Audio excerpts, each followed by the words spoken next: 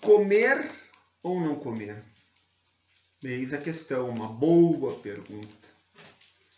Mas por que eu escolhi esses dois alimentos? O que esses dois alimentos têm em comum? Carboidratos. Essa é a principal coisa que esses dois alimentos têm em comum. Enquanto em 100 gramas de batata doce a gente tem aproximadamente 20 gramas de carboidrato, neste salgadinho, por exemplo, em 25 gramas desse salgadinho a gente tem 14 gramas de carboidrato. Ou seja, em 100 gramas desse salgadinho a gente vai ter quase o dobro de carboidrato do que uma batata doce. No entanto, não é só essa a diferença, porque numa batata doce a gente tem inúmeras vitaminas e minerais. Podemos citar vitaminas do complexo B, vitamina A, diversos minerais como manganês, ferro, cálcio, entre outros.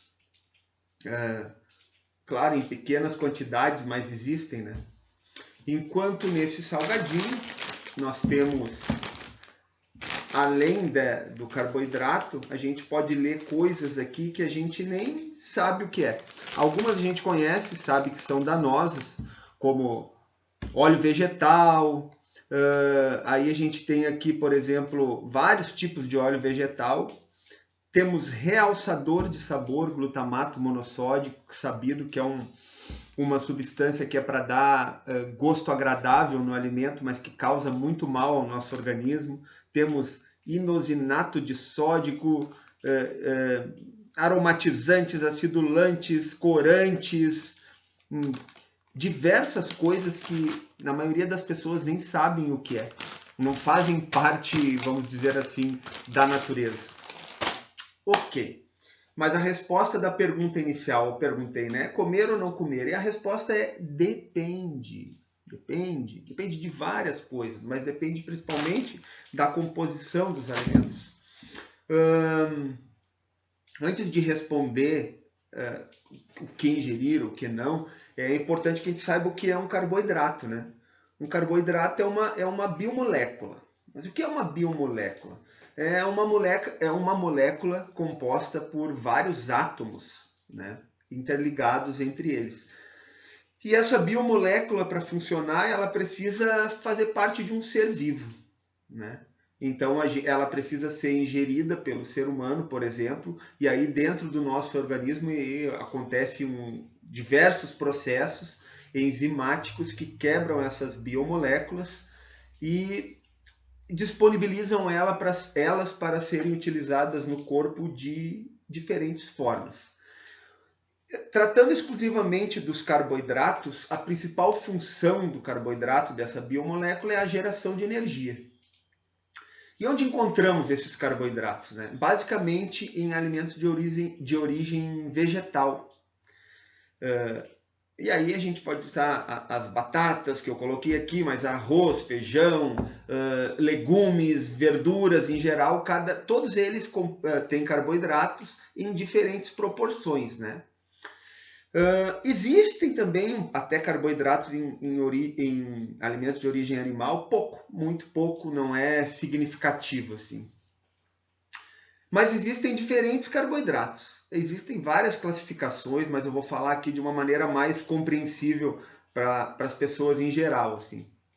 Existem os carboidratos que eu vou chamar de naturais ou integrais, e existem os carboidratos que eu vou chamar de ultraprocessados, né? Poderia chamar até de substâncias comestíveis, nem considero que seja um alimento. Mas enquanto os carboidratos integrais e naturais, que são os que existem na natureza, que tu colhe numa horta, né? Como eu citei, as batatas, os legumes em geral, ou até mesmo assim minimamente processados, como o feijão e o arroz, que a gente não come direto quando a gente pega ele, mas ele sofre um pequeno processamento para entrar naquele pacote quando a gente compra no mercado, também são alimentos ricos em carboidratos. Esses são os que eu considero naturais, integrais naturais. E existem os ultraprocessados, a gente pode botar salgadinho, bolachinha, sucos, né? Sucos ricos em xarope de milho, por exemplo, e outras coisas. E fast foods em geral. Isso eu botaria na categoria de alimentos ultraprocessados. Então, e a resposta da pergunta, ingerir ou não ingerir? Eu diria que sim, para os carboidratos integrais e naturais e não para os ultraprocessados. Por quê? Porque os carboidratos naturais, eles são constituídos por uma inteligência milenar. Né? A natureza construiu esse carboidrato ao longo de muitos anos. Então ele tem um equilíbrio perfeito entre energia e micronutrientes, entre amido e fibra, né? Tem uma energia, ele tem um equilíbrio entre essas coisas, né? E, em geral, eles têm um baixo índice glicêmico, não gera grandes picos de insulina no corpo. Já os ultraprocessados, que eu chamaria de substâncias comestíveis, eles são muito pobres, não diria que não tem vitaminas e minerais. Pouco e a maioria acrescentado. E em geral eles têm um alto índice glicêmico, então dá picos muito grandes de insulina no corpo. Sabemos que isso não é bom por diversas coisas.